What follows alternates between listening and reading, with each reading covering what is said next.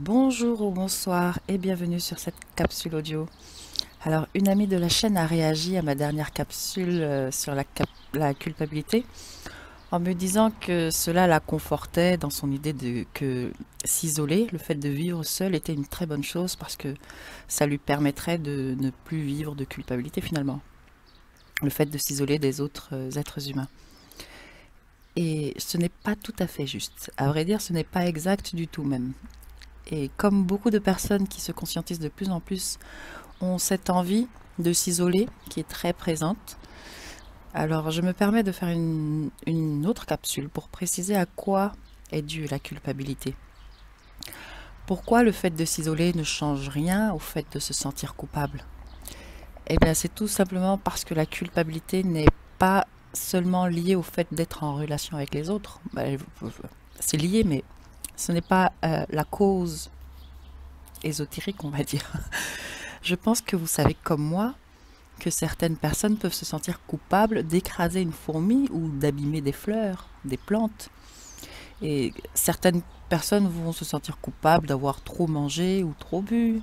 D'autres encore vont se sentir coupables d'avoir eu de mauvaises pensées, par exemple. Quand d'autres encore vont se sentir coupables de ne pas savoir prendre soin d'eux, par exemple. Donc même isolés, nous pouvons nous sentir coupables. Eh bien, c'est simplement parce que pour pouvoir se sentir coupable, il faut avoir une âme. Celui qui n'a pas d'âme ne peut pas se sentir coupable. Vous avez une âme, et dans cette âme, il y a des mémoires, disons des expériences mémorisées. Et à l'intérieur de tout ça, il y a l'ego, la densification de toutes ces mémoires. À partir du moment où vous avez une âme, vous êtes relié au ciel, vous êtes relié au monde de la mort, donc au monde de l'astral. Et forcément, eh bien forcément, vous serez manipulé. Et la meilleure des façons pour que l'être humain ne se rende jamais compte qu'il est manipulé, eh bien c'est de lui faire croire qu'il a le libre arbitre.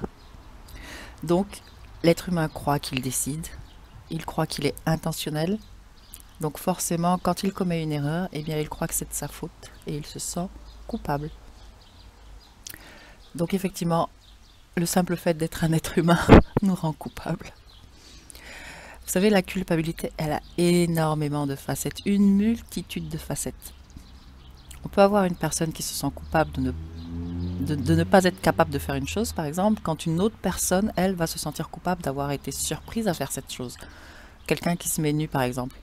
Une personne qui peut se sentir coupable d'avoir été surprise nue, quand une autre personne va se sentir coupable de ne pas être capable de se mettre nu devant les autres, par exemple. Vous avez des parents qui se sentent coupables de ne pas être de bons parents, et vous avez des enfants qui se sentent coupables de ne pas être de bons enfants.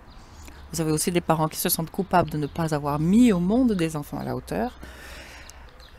Donc la culpabilité, vraiment, elle a toutes sortes de facettes. On peut continuer. Il y en a qui se sentent coupables d'avoir grillé un feu rouge à 4 heures du matin. Il y en a qui se sentent coupables de ne pas répondre aux critères de la société. Il y en a qui se sentent coupables de ne pas être allés à la messe le dimanche matin. Il y en a qui se sentent coupables d'avoir renié un jour leur Dieu. Et il y a ceux qui se sentent coupables de ne pas être capables de renier leur Dieu. Il y a ceux qui se sentent coupables parce qu'ils sont gros. Il y a ceux qui se sentent coupables parce qu'ils sont trop maigres. Il y a ceux qui se sentent coupables de voir les choses différemment. Certains aussi se sentent coupables d'être en vie quand d'autres vont se sentir coupables d'être malades. Et vous voyez, la liste est vraiment très longue. On pourrait continuer toute la journée. Donc comprenez que la grande majorité des mécanismes de culpabilité, ils vont venir de deux choses essentiellement. Soit du phénomène théologique, donc divin, soit du phénomène collectif, donc social. Et le mieux que je puisse vous inviter à faire, c'est de vous observer. Expérimentez les situations qui vous gênent, les situations où vous avez l'impression que vous allez vous sentir coupable, mal à l'aise. Expérimentez ces situations et observez comment la culpabilité naît chez vous, comment elle agit sur vous.